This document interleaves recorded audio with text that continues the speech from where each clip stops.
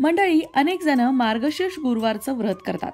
ह्या व्रताचा हेतू हाच की आपल्या आर्थिक समस्या दूर व्हाव्या, माता लक्ष्मीची कृपा आपल्या कुटुंबावर व्हावी आणि आपल्या घरामध्ये सुख समृद्धी नांदावी.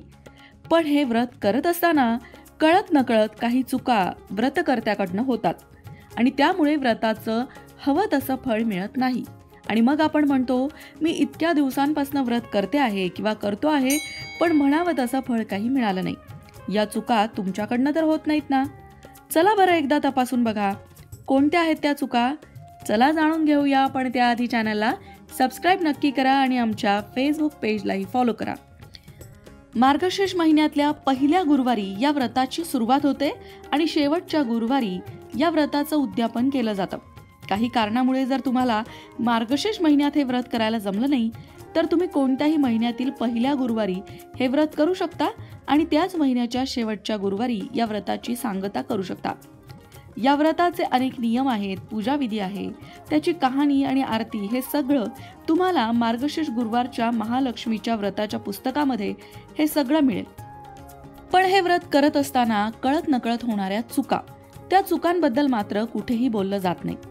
त्या चुकांपैकी पहिली चूक म्हणजे, जर तुम्ही मार्गशीर्ष गुरुवारचं व्रत करत असाल तर पहिला नियम आहे की ब्रह्मचर्याचं पालन करावं. कुठलंही व्रत आपण करतो तेव्हा आपल्या संकल्पसिद्धीसाठी करतो, म्हणजे कुठली तरी मनोकामना पूर्ण होण्यासाठी ते करत असतो. मार्गशीर्ष गुरुवारचं व्रत हे आर्थिक समस्या दूर व्हाव्या, महालक्ष्मीची कृपा व्हावी आणि घरामध्ये सुख समृद्धी, पैसा, वैभव यावं यासाठी केलं जातं. आणि व्रताचा पहिला नियम असतो की व्रत चालू असेपर्यंत ब्रह्मचर्याचं पालन करावं. कायिक, वाचिक, मानसिक अशा सगळ्या प्रकारे ब्रह्मचर्याचं पालन करावं. मनात सुद्धा वाईट विचार आणू नये, तरच आपल्याला व्रताचं योग्य ते फळ लाभतं. त्यानंतरची चूक जी होते ती म्हणजे, मार्गशीर्ष गुरुवारचं व्रत करणाऱ्या व्यक्तीने संपूर्ण महिनाभर, म्हणजे जोपर्यंत व्रत चालू आहे तोपर्यंत मांस आणि मदिरा यांचं सेवन चुकूनही करू नये. कुठल्याही प्रकारचं तामसिक भोजन घेऊ नये. सात्विक आहार घ्यावा. फक्त व्रताच्या दिवशीच नाही, तर जोपर्यंत व्रत चालू आहे तोपर्यंत सात्विक आहार घ्यावा. कांदा लसूण असलेलं भोजन करू नये. तिसरी चूक म्हणजे, जेव्हा आपण व्रतामध्ये असतो, कुठलंही व्रत करत असतो, तेव्हा ते व्रत चालू असेपर्यंत कुणाशीही खोटं बोलू नये, कुणालाही फसवू नये, कुणाच्याही चहाड्या चुगल्या करू नये. या सवयी सगळ्याच लोकांना असतात, पण आपला संबंध नाही अशा ठिकाणी अशा व्यक्तींबद्दल बोलण्यामध्ये आपला वेळ वाया घालू नये. कारण या गोष्टींमुळे काय होतं, तर व्रतामुळे जे पुण्य तुम्हाला लाभतंय त्या पुण्याचा क्षय होतो, ते पुण्य कमी होतं आणि मग व्रताचं हवं तसं फळ तुम्हाला मिळत नाही. हा नियम पाळणं जरा अवघड आहे, कारण सगळ्यांनाच इतरांबद्दल बोलण्याची सवय असते.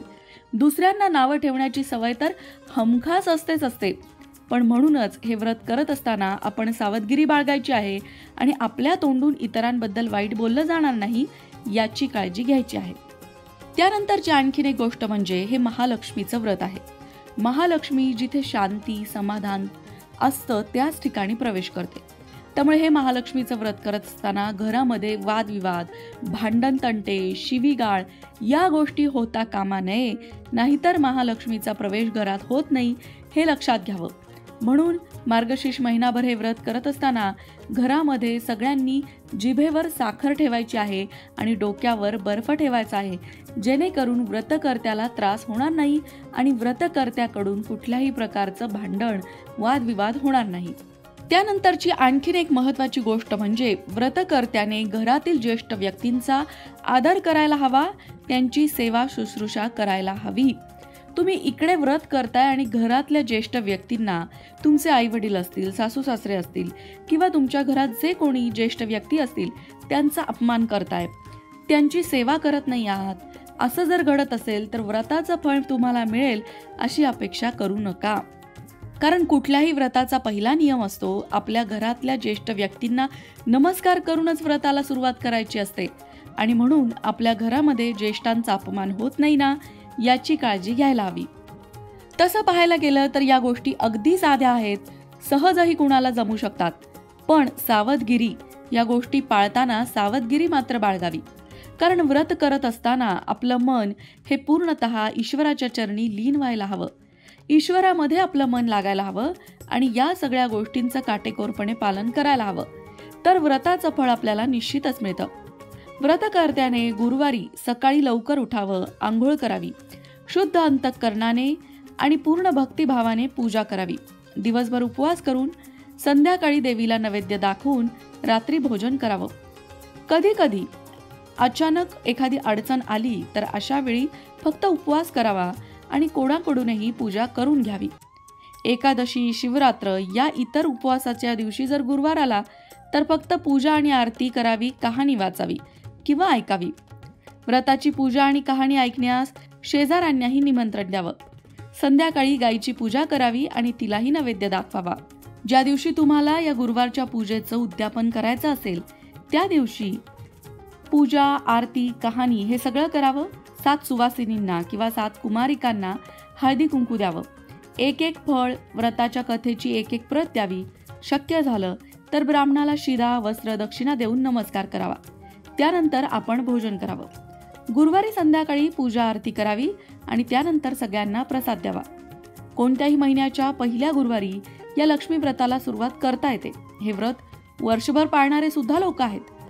मार्गशीर्ष गुरुवारचं हे व्रत कसं करावं, या व्रताची पूजा कशी करावी, त्याचबरोबर या व्रताची मांडणी कशी करावी, या व्रतासाठी साहित्य काय काय हवं, या सगळ्या संदर्भातला एक व्हिडिओ आपल्या लोकमत भक्ती चॅनलवर आहे. त्याची लिंक तुम्हाला डिस्क्रिप्शन बॉक्समध्ये देत आहोत. तो व्हिडिओ बघितला तर तुम्हाला संपूर्ण पूजाविधी कसा करायचा आहे तो त्यामधून कळेल. त्याही व्यतिरिक्त तुमच्या मनात काही शंका असेल तर ती तुम्ही कमेंट बॉक्समध्ये विचारू शकता. पण मी तुम्हाला सुचवेल की हा व्हिडिओ झाल्यानंतर तुम्ही लगेचच डिस्क्रिप्शन बॉक्समध्ये जी लिंक दिली आहे तोही व्हिडिओ बघा. त्या व्हिडिओतनं तुम्हाला संपूर्ण मार्गदर्शन मिळेल. कारण त्या व्हिडिओमध्ये अगदी नैवेद्य काय दाखवावा, त्याबरोबर कलश कसा सजवावा, महालक्ष्मीला साडी कशी नेसवावी हे सुद्धा सगळं दाखवलेलं आहे. तेव्हा त्या व्हिडिओचा नक्की लाभ तुम्ही घ्या. मार्गशीर्ष गुरुवारचं हे व्रत कुणीही करू शकतं. अगदी स्त्री आणि पुरुष दोघंही, महिला विवाहित असो अविवाहित असो, त्या सुद्धा हे व्रत करू शकतात.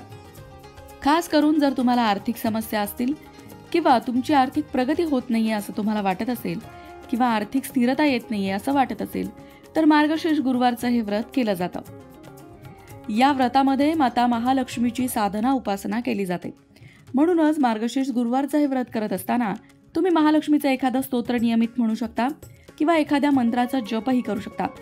महालक्ष्मीच्या स्तोत्रांमध्ये कनकधारा स्तोत्र, महालक्ष्मी अष्टक, श्री सूक्त ही प्रमुख स्तोत्र आहेत.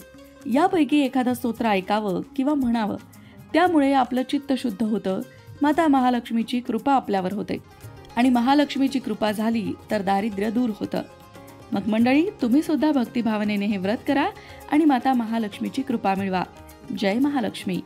अशाच प्रकारच्या माहितीपूर्ण व्हिडिओंसाठी लोकमत भक्ती चॅनलला सबस्क्राईब करा आणि बेल आयकॉनवर सुद्धा क्लिक करा, म्हणजे आमच्या नवनवीन व्हिडिओचं नोटिफिकेशन तुम्हाला मिळत राहील. तसंच योग्य आध्यात्मिक मार्गदर्शनासाठी लोकमत भक्तीच्या फेसबुक पेजला फॉलो करायला विसरू नका.